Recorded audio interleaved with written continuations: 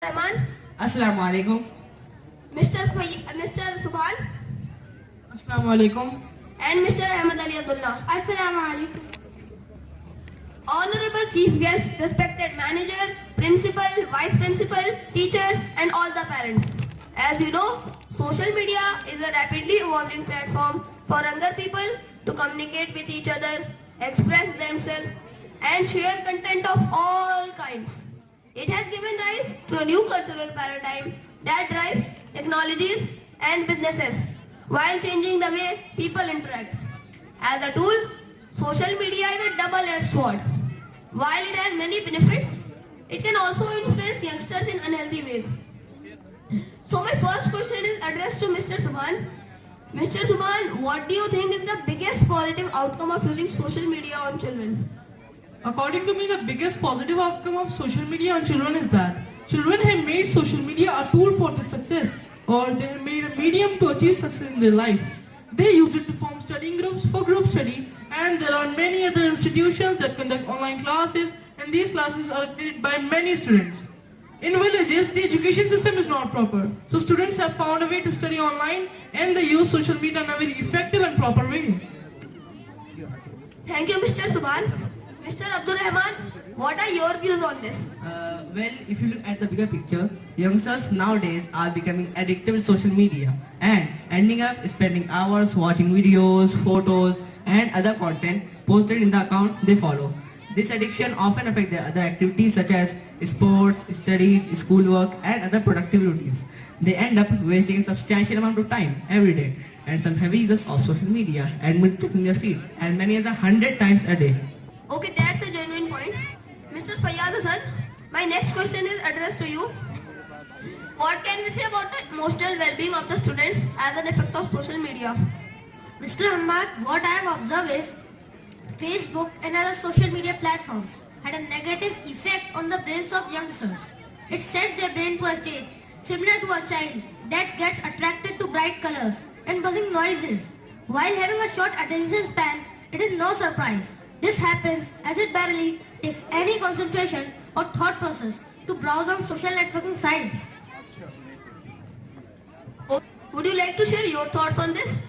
I feel Mr. Fayaz is correct. However, kids are maintaining long terms of friendship with others by staying in touch with them online, even when they no longer meet each other in person. Mr. Abdul Rahman, do you agree with Mr. Ahmad Ali Abdullah?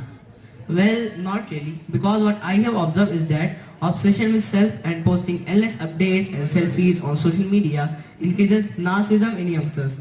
Their mood depends heavily on how appreciated their photos are on the social media, and sometimes they go into anxiety when they don't get the attention they expect.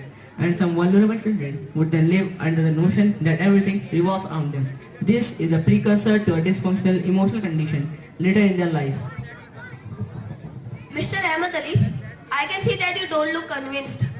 Well, Mr. Abdul Rahman, social media offers a platform for youngsters to connect who share similar interests. It can be anything related to their hobbies, professions, involving music, arts, games, blogs, and etc.